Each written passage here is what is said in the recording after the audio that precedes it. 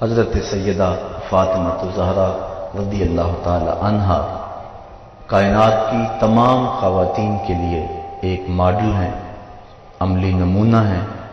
ان کی شخصیت اور ان کا اسوہ نور ہمارے لیے خواتین اسلام کے لیے خضر راہ ہے۔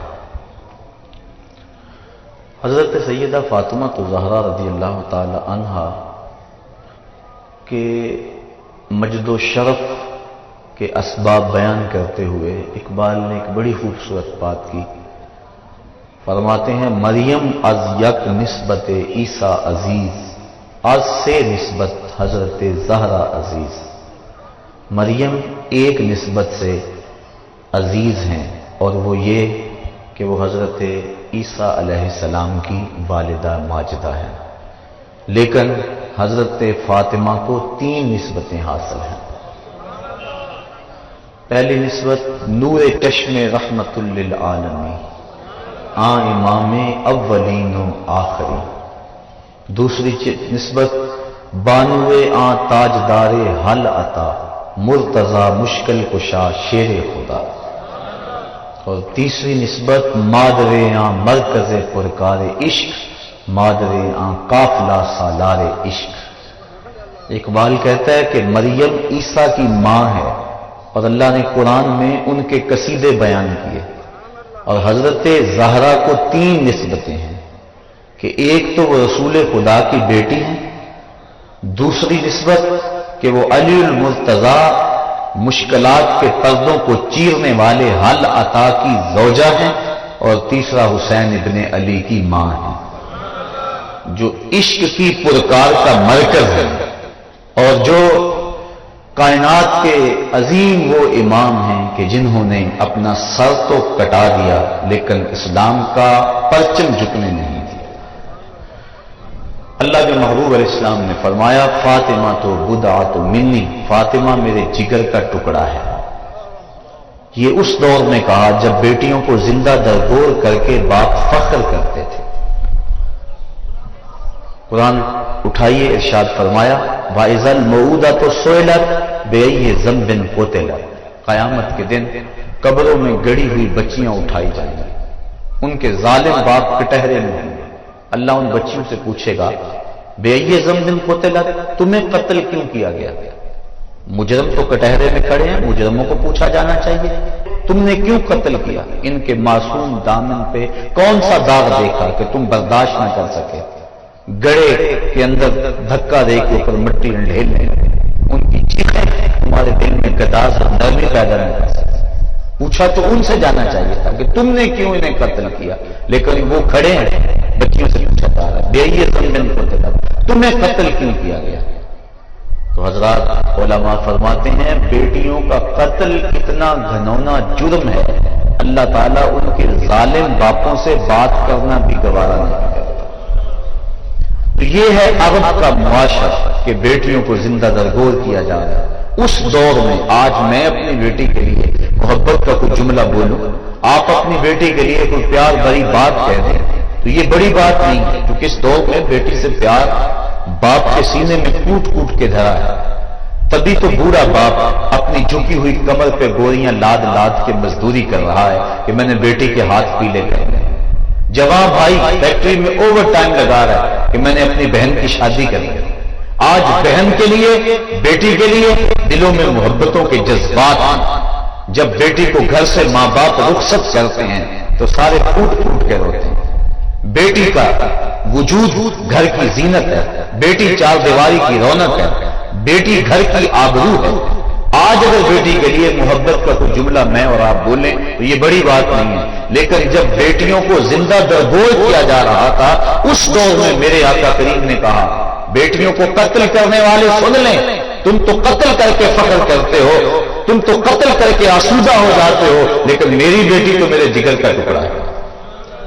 حضور نے یہ محبت دی۔ جب سیدہ فاطمہ حضور علیہ السلام کی خدمت میں حاضر ہوتی تو حدیث میں آتا فَأَجْلَسَهَا فِي مَجْلَسِهِ، حضور نے اپنی مسند پہ بٹھا کر اٹھ کے استقبال کہہ کر مرحبا کہہ کے پکارتے۔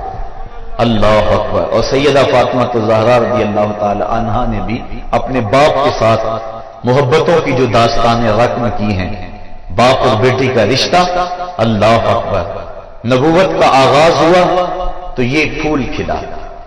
41 سال عمر ہے حضور کی کہ سیدہ فاطمہ الزہرا کی ولادت باسعادت ہوئی، اور پھر 3 سال تک اللہ کے محبوب خاموشی سے تبلیغ کرتے رہے۔ پھر جب حکم ہوا لوگوں تک پیغام پہنچائیں، دعوت رشد و ہدایت دی جانے لگی، لوگوں نے حضور کے ساتھ جو سلوک کیا، کوئی بھی اہل ایمان اس سے بے خبر نہیں۔ کھدے ہوئے گڑے، بچھتے ہوئے کانٹے، اجریاں، کیا کچھ نہیں کیا گیا، کن کن راہوں سے حضور نہیں گزرے۔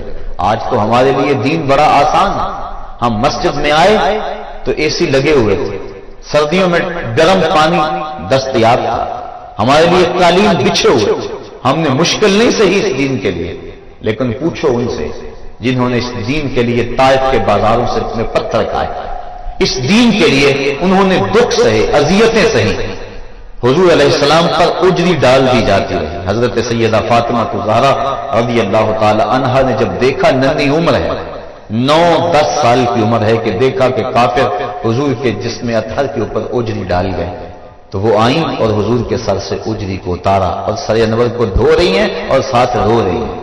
کبھی حضور کے جسم پر اس قدر پتھر مارے جاتے ہیں کہ جسم لہو لہان ہو جاتا ہے، خون رکنے نہیں پاتا۔ معصوم بچی حضرت سیدہ فاطمہ الزہرا رضی اللہ تعالی عنہا، وہ چٹائی جس چٹائی پہ سجدے کیا کرتی تھی، کھجور کا بنا ہوا وہ مصلی، اس کو جلا کر اس کی راکھ حضور کے زخموں میں ڈالتی ہیں تاکہ حضور کا خون رک جائے۔ آقا کریم علیہ السلام سے کبھی شکوہ نہیں کیا۔ بیٹیاں باپ سے مطالبہ کرتی ہیں، لیکن تاریخ بتاتی ہے کہ سیدہ فاطمہ حضور سے کبھی کوئی مطالبہ نہیں کیا۔ ایک دن انتہائی بے تابی میں حضور کی خدمت میں حاضر ہوئی، آقا کریم علیہ السلام سے عرض کی کہ حضور، بھوک اس قدر ہے کہ مجھ سے اب برداشت نہیں ہو رہی، آپ اللہ کی بارگاہ میں دعا کریں کہ میرے اس دکھ کا مداوع ہو جائے۔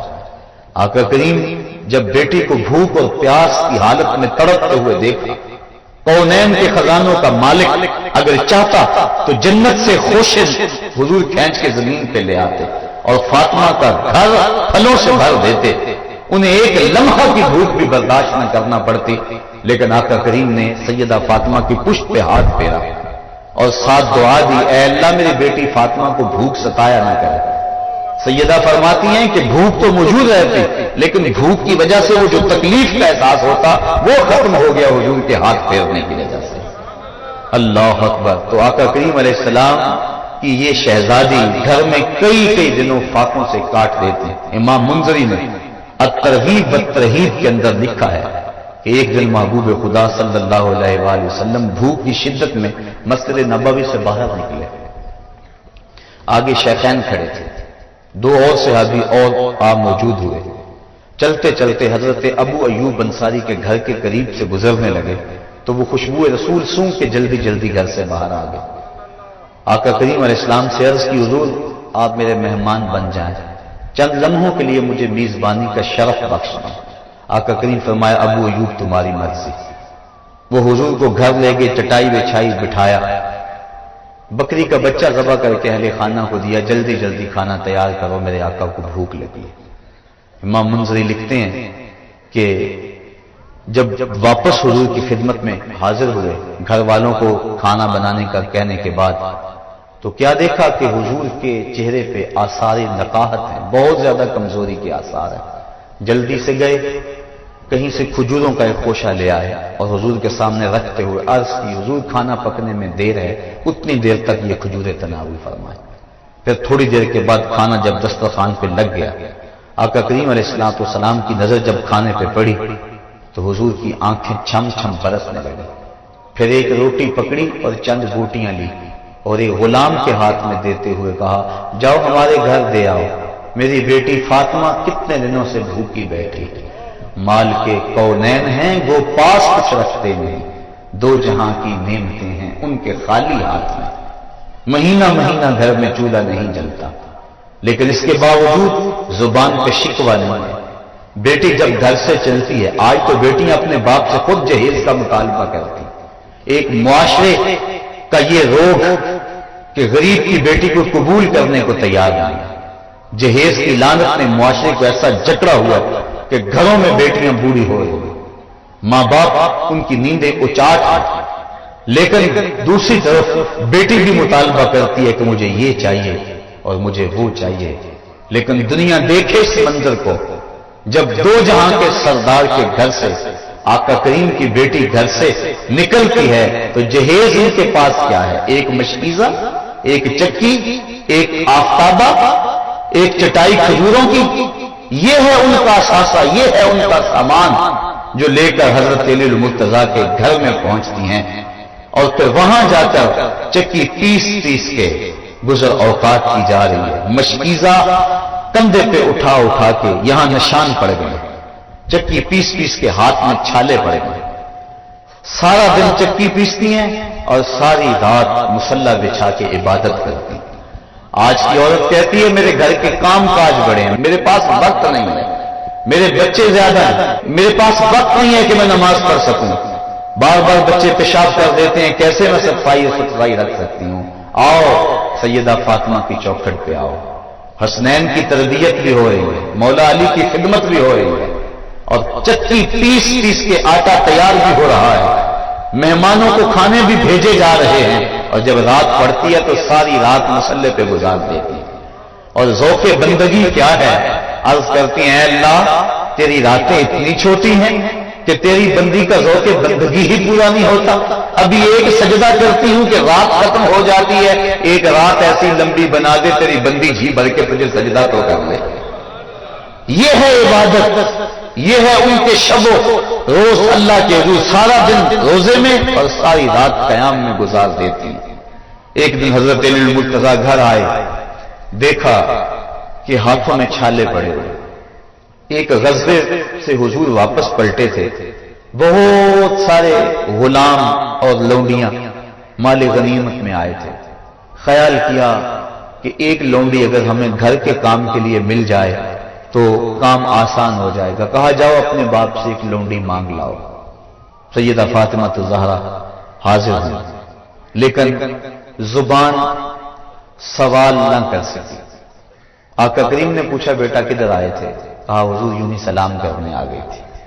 واپس چلی گئی، حضرت علی المرتضیٰ نے دیکھا، کہا اس در سے تو کبھی کوئی خالی نہیں پلٹا، لگتا ہے تم نے حضور سے عرض ہی نہیں کی۔ کہا میں ہمت نہ کر پائی، کہا چلو میں تمہاری ترجمانی کرتا ہوں۔ حضرت علی المرتضیٰ اور حضرت فاطمہ الزہرا رضی اللہ تعالی عنہا حضور کی چوکھٹ پہ آ کھڑے۔ آقا کریم نے پوچھا، بتایا حضور یہ حالت ہے، ہاتھوں کے چھالے، ساری رات عبادت میں گزرتی ہے اور دن چکی پیس پیس کے یہ حال ہے، وقت نہیں، فرصت نہیں، اگر ایک لونڈی آپ اپنی بیٹی کو عطا کر دیں تو کام کاج میں معاونت ہو جائے گی۔ اب آقا کریم کے ہاں لونڈیوں کی کثرت ہے، قطاریں لگی ہوئی اور بیٹی دروازے پہ کھڑی ہے۔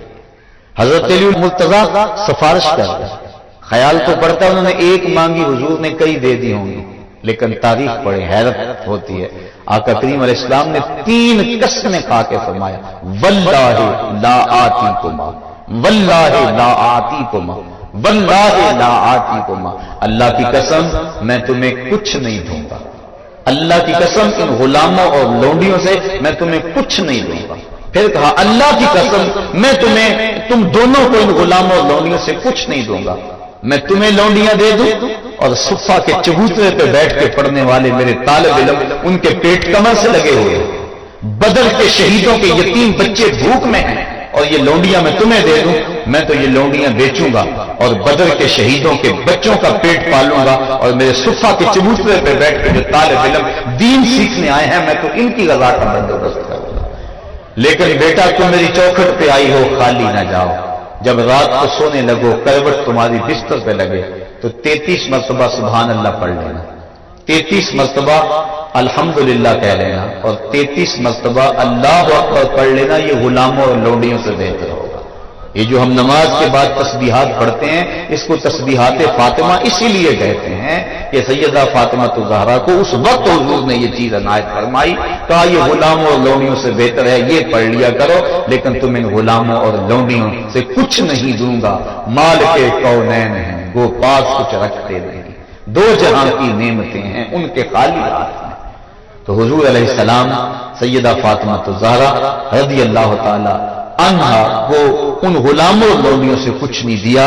آقا کریم اپنی بیٹی سے بے پناہ محبت کرنے کے باوجود حضور نے ان کو اس انداز کے ساتھ جو ہے وہ جواب دیا تاکہ ان کا تعلق دنیاوی مال و اسباب سے نہ ہو بلکہ ان کا سارا تعلق اپنے رب کے ساتھ ہو۔ اور یقیناً وہ بھی یہ چاہتی تھی، انہوں نے بھی کبھی زبان پہ حرف شکایت نہیں لائی۔ یہ حضرت دل المرتضیٰ کے کہنے پہ اگر حاضر بھی ہوئی تو آقا کریم نے فرمایا کہ میں تجھے ان میں سے کچھ نہیں دوں گا۔ حضرت سیدہ فاطمہ الزہرا رضی اللہ تعالی عنہا راتوں کو اٹھ کے کثرت کے ساتھ اور دن کو بھی مصلی بچھا بچھا کے رویا کرتی تھی۔ ایک دن حسنین کریمین نے پوچھا کہ امی آپ کثرت سے کیوں روتی ہیں، کیا مسئلہ ہے؟ تو سیدہ فاطمہ الزہرا نے عرض کی کہ بیٹو مجھے تمہارے نانے کی امت کا غم رلا رہا ہے۔ یہ امت کی غم خاری کا عالم ہے سیدہ فاطمہ الزہرا رضی اللہ تعالی عنہا کا۔ اپنے پیٹ بھوکے ہیں لیکن اگر دروازے پہ سائل آیا تو وہ خالی نہیں موڑا جا رہا۔ ایک دن پورا گزر گیا فاقے سے، تو کھانا تیار ہوا، حسنین کو دیا، حضرت علی المرتضیٰ کو دیا، خود کھانے لگی تو دروازے پہ دستک ہو گئی۔ سائل نے کہا میں 2 دن سے بھوکا ہوں۔ کہا بیٹا جاؤ سائل کو کھانا دے آؤ۔ کہا امی آپ بھی کھا لیں، آپ بھی تو 1 دن سے بھوکی ہیں۔ کہا میں تو 1 دن سے بھوکی اور وہ 2 دن سے بھوکا ہے، لہذا اس کا حق بنتا ہے کہ یہ وہ کھانا کھائے۔ اپنا پیٹ کاٹ کاٹ کے لوگوں تک جو ہے وہ پہنچاتے رہے، یتیم کو، مسکین کو، اسیر کو راہ خدا کے اندر لٹاتے رہے۔ اپنے جو لباس پہنا ہوا تھا حضرت سیدہ فاطمہ الزہرا نے، اس کے اوپر 12 پیبند لگے تھے اور جو اونٹ کی اون کا وہ بنا ہوا تھا اور 12 پیبند اس کے اوپر لگے تھے۔ یہ استغنا کا عالم ہے۔ تو سیدہ فاطمہ الزہرا رضی اللہ تعالی عنہا کو جس روپ کے اندر بھی دیکھو آپ بے مثال اور بے مثل نظر آ رہی ہیں۔ بیٹی ہونے کی حیثیت سے دیکھو تو جو اعزاز ان کو حاصل ہے کائنات کی کسی اور عورت کو حاصل نہیں ہے۔ اللہ اکبر۔ اور اگر بیوی ہونے کی حیثیت سے دیکھو تو شہزادی کونین ہونے کے باوجود حضرت علی المرتضیٰ کے گھر میں جب پہنچتی ہے تو خدمت میں کوتاہی نہیں آنی ہے۔ آج بڑے گھر کی کوئی عورت شادی ہونے کے بعد کہتی ہے کہ میں تو کبھی کام کاج اپنے میکے گھر کیا نہیں تھا، لہذا میں خامد کی خدمت اور شوہر کی اطاعت کیوں بجا لاؤں؟ لیکن حضور سے بڑا گھر کس کا ہو سکتا ہے؟ شہزادی کونین ہیں، جب یہاں حضرت علی المرتضیٰ کے گھر گئی ہیں، حضرت علی المرتضیٰ کی خدمت کو اپنا شعار بنایا ہوا ہے۔ اور آقا کریم نے 4 اشخاص کے بارے میں فرمایا کہ جنت میں جانے سنے کوئی چیز نہیں روک سکتی، ان میں سے ایک فرمایا وہ عورت جس نے اس حال کے اندر موت پائی کہ اس کا خامد اس سے راضی تھا۔ فرمایا جنت کے جس دروازے سے چاہے گزر جائے اس کو کوئی روکنے والا موجود نہیں ہوگا۔ اللہ اکبر۔ ماں ہونے کی حیثیت سے یہ عورت کا اہم ترین روپ ہے، اہم ترین روپ عورت کا ماں کا روپ ہے۔ ماں کی آغوش میں ایک قوم پلتی ہے۔ ایک مفکر نے کہا تھا مجھے اچھی مائیں دے دو میں تجھے ایک بہترین قوم دے دیتا ہوں۔ تو ماؤں کے لیے اسوہ اگر ہے تو وہ سیدہ فاطمہ الزہرا کا روشن اسوہ ہے۔ اقبال کہتا ہے مزرعے تسلیم را حاصل بطول، مادرا اسوہ کامل بطول۔ ماؤں کے لیے اگر کوئی کامل اسوہ موجود ہے تو وہ سیدہ فاطمہ الزہرا کا اسوہ موجود ہے۔ سیدہ فاطمہ الزہرا نے قرآن کی لوریاں دے دے کے حسنین کریمین کی پرورش کی۔ کربلا کے تپتے ہوئے ریگزار میں یزیدوں کے مقابلے میں پوری قوت کے ساتھ جو کھڑے رہے، قضا تیرے برہنہ لیے خوف زدہ کرتی رہی، لیکن حسین کے پائے استقلال میں لغزش نہیں آئی۔ 72 لاشیں کٹ کٹ کے گرے اور کندھوں پہ اٹھا کے خیموں تک لے آئے، لیکن زبان سے اف تک بھی نہیں کی، ہائے کا لفظ بھی زبان پر نہیں آیا۔ یہ استقامت، یہ جرأت، یہ حسین ابن علی کی جو تربیت فاطمہ الزہرا نے کی ہے یہ اس کے اثرات تھے۔ انہوں نے بھوک کاٹ لی، پیٹ کے پتھر باندھ لیے، ہاتھوں میں جو ہے وہ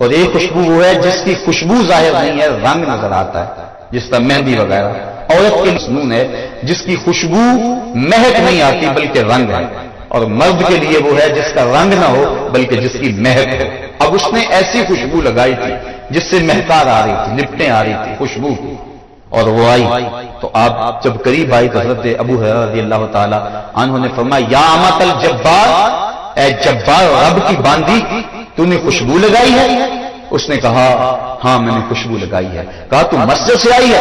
اس نے کہا ہاں میں مسجد سے آئی ہوں۔ کہا میرے محبوب آقا نے تو فرمایا ہے کہ عورت اگر خوشبو لگا بیٹھے تو اتنی دیر تک مسجد میں نہ آئے جس طرح جنابت کا غسل کیا جاتا ہے، جب تک ایسا غسل نہ کرے، یعنی ایسا غسل کرے کہ وہ خوشبو مٹ جائے۔ اور ایک روایت کے لفظ ہیں کہ جو عورت خوشبو لگا کے بازار میں نکلتی ہے اس خیال سے کہ مرد سونگے اور اس کی طرف مانوس ہوں، فرمایا کہ وہ عورت زنا کی دعوت دینے والی ہے۔ تو آج عورت بن ٹھن کے حیا کی چادر پھاڑ کے سڑکوں پہ آ گئی، آج ماں کو دتیا نوسی کا تانا دے کر، باپ کو بوڑھا کہہ کے، آج بھائی کی غیرت کی لالی اپنے لبوں پہ سجا کے آج وہ ماڈل گرل بن گئی، آج وہ دفتروں میں آن بیٹھی، آج وہ سڑکوں پہ آ بیٹھی، اپنے پردے کو اس نے بوجھ سمجھ کے اتار دیا۔ میری ماں، میری بہن، میری بیٹی، یہ پردہ تیرے لیے بوجھ نہیں، تیری آبرو کا محافظ ہے، تیرے برقعے کی ایک ایک سلوٹ تیرے حیا کا تیور ہے، تیرے گھر کی اونچی اونچی دیواریں تیرے حیا کا پہرا ہے۔ تو سمجھ جائے تو معاشرہ پھیل جائے گا، تو گھر سنبھال لے گی، امت ہے وہ پوری کائنات کو سنبھال لے گی، لیکن جب تو گھر سے نکلے گی تو پھر قوم کے پلے کیا رہے گا؟ آئیے آج سیدہ فاطمہ الزہرا رضی اللہ تعالی عنہا کا اسوہ نور ہم اپنے لیے اسی کو نمونہ اور اس کو ماڈل بنائیں۔ اسوہ بطول ہمارے لیے زندگی کی بہاریں ہیں۔ آج کی عورت اگر سیدہ فاطمہ الزہرا کے نقوش پا کو اپنے لیے راہ بنا لے تو آج کی وہ بہترین عورت ہے اور ایک اچھا معاشرہ تشکیل پا سکتا ہے۔ آج ہمارے معاشرے کے اندر بے پردگی کی وبا پوری قوت کے ساتھ جاری و ساری ہے۔ سیدہ فاطمہ الزہرا رضی اللہ تعالی عنہا کا اسوہ نور ہمارے لیے خضر راہ، اللہ تعالی ہمیں ان کی راہوں کا مسافر بنائے اور قوم کی بیٹیوں کو زندگی کے شب و روز ان کے طریقے کے مطابق گزارنے کی توفیق عطا فرمائے۔